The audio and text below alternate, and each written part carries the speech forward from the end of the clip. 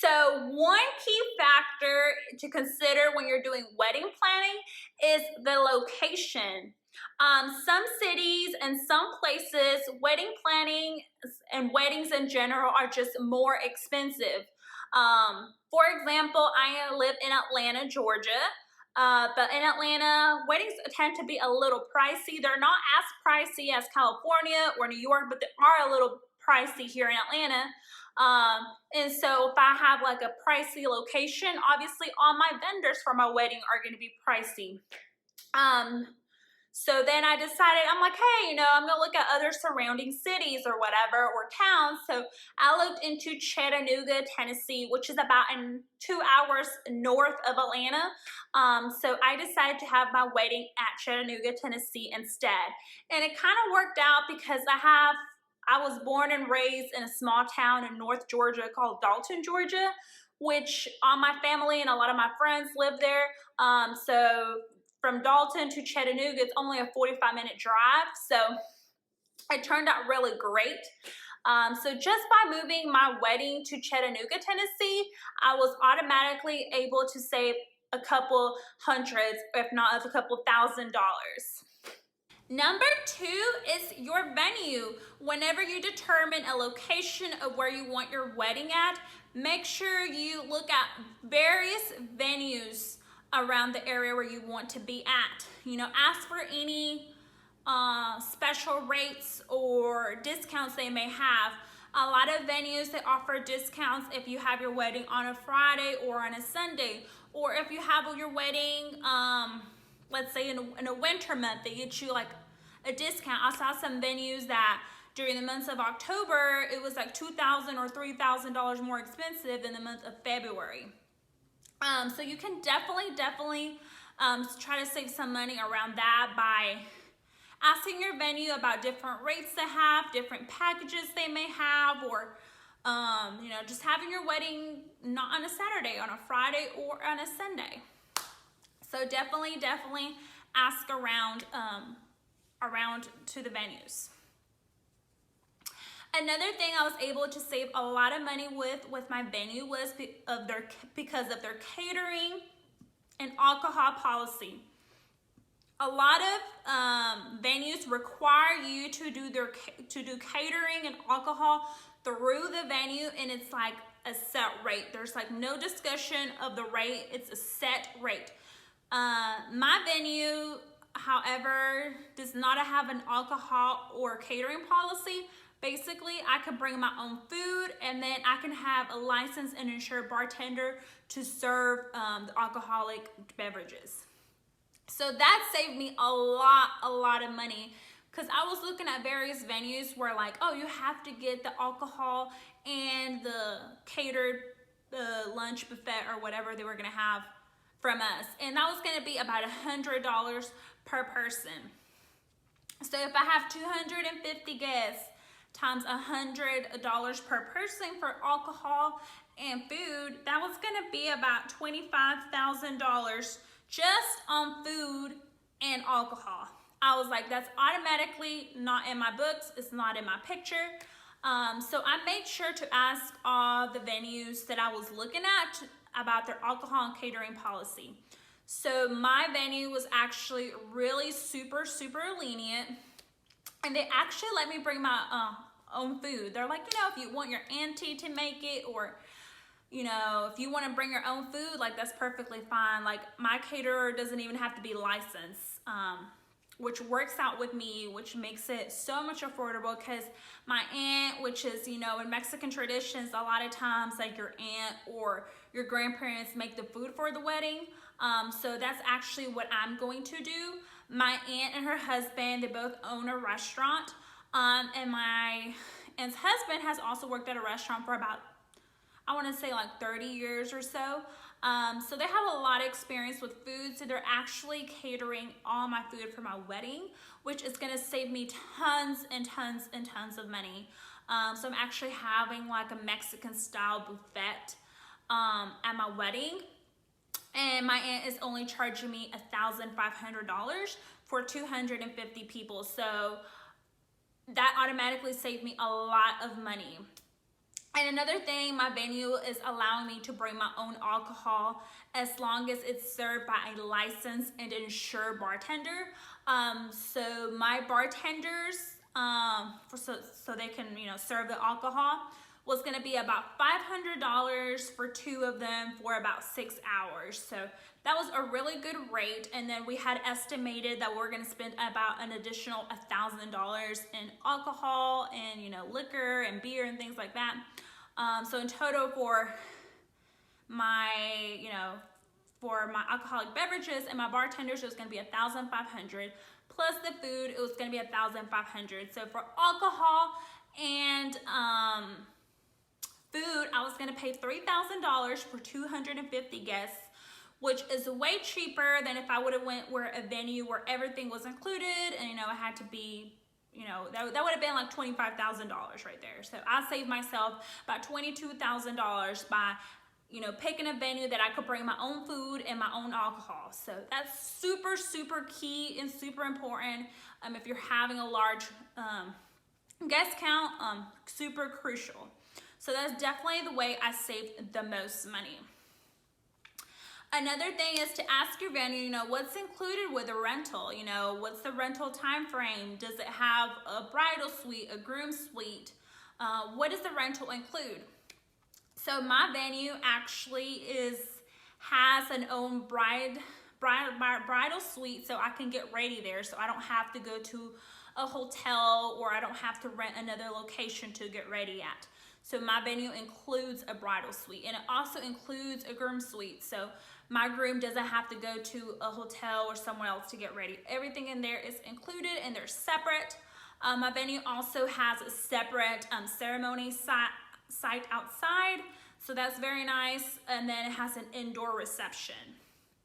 And then for the ceremony site, they provide all the chairs as well as the reception site. They have all the chairs and tables, and they have really beautiful Chalvari chairs, and they have like farmhouse wooden tables, so it's really nice.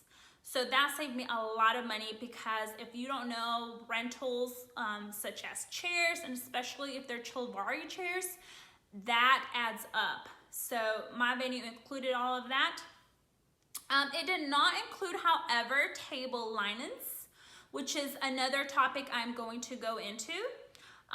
Since my venue did not include table linens, I looked at various table lines companies to see how much it would cost me to rent a table linen and, you know, dinner napkins and things like that.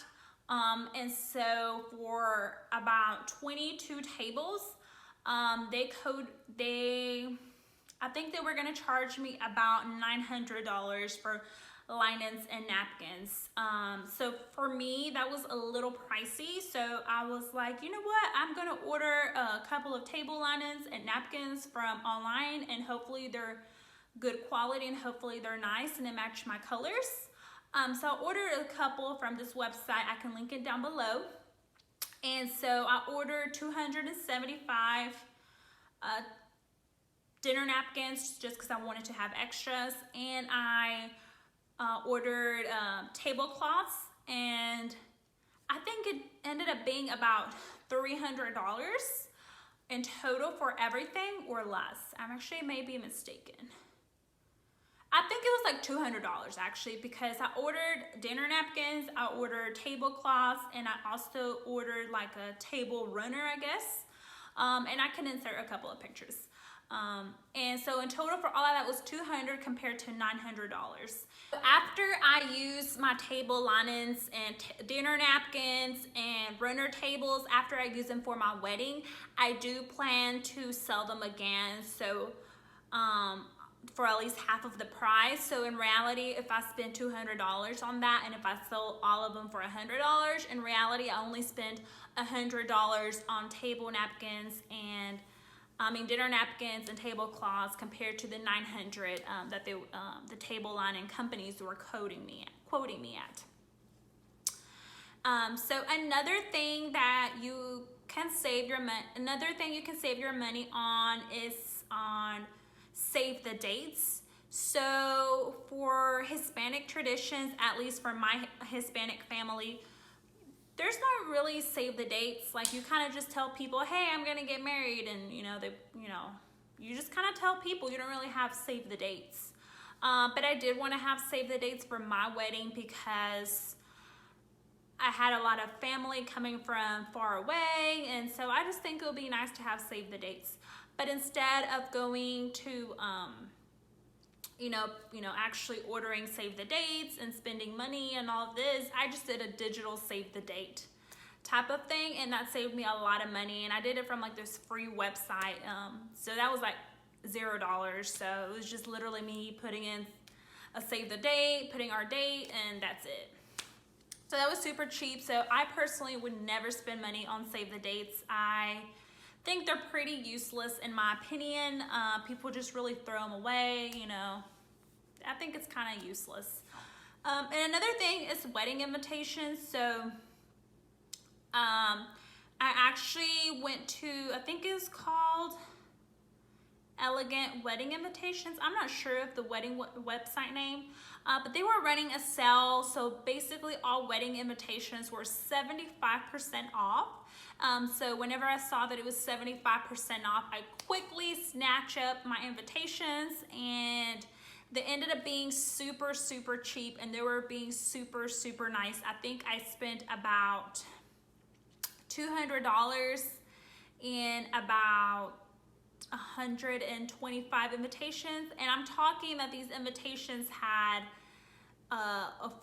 a lot of different, it had like a whole envelope, they had like a details card, they were really nice invitations. So for $200, I feel like that was a really great price. And I can make another YouTube video about it, so let me know if you're interested, and I could show you guys the invitation itself. But yeah, so definitely try to save money on those things. They can be really, really costly, so definitely save if you can. And another thing that I was able to save money on for my wedding was my dress. So I know a lot of people, they want their dream dress. Everybody wants to look beautiful, and it's every girl's dreams, but they are very, very, very costly. Usually I know a lot of people that spend about $3,000 in their wedding dress. And I did not want to spend $3,000 on my wedding dress. So there's actually this boutique in Atlanta called Sweet Elegance Bridal Boutique. And every year they have a run for your dress type of event, and they basically put all of their dresses up, I think 50% off or more. So I think there's like their sample dresses, I'm not quite sure. But point is, they put their dresses really good price. So I was like, you know what? I'm gonna go to this event. Maybe I'll find my dress, maybe I won't. I'll just go and check it out. So I was in line since like 2 in the morning. So I was like the second person in line to the boutique, and I ran for my dress. I literally ran for my dress inside of the boutique. As soon as the doors opened, I obtained my dress. I think my dress original price was like $2,500, and I got it for $750. That does not include alterations, so I still had to do alterations and things like that, but it ended up being super, super cheap. So make sure to follow bridal boutiques or anything like that you can save money on and things like that.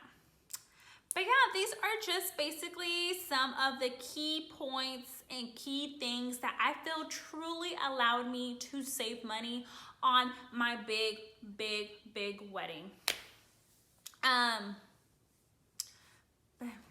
Well, this concludes my video on how to save money on a big wedding. I hope you learned a thing or two from my wedding video, especially about catering, food, and alcohol. Make sure to ask your venue about their catering and alcohol policy. It will save you hundreds or thousands of dollars in your wedding budget. It really was a game changer for my wedding. But yeah, if you enjoyed this video, and if you want to see more wedding videos, wedding planning, wedding tips, or anything else wedding related, or if you would like to see a video of my wedding budget on exactly how much I spent and where I spent my money mostly at, please let me know. And as always, make sure to subscribe to my channel, give this button a thumbs up, And until next time, YouTube, thank you.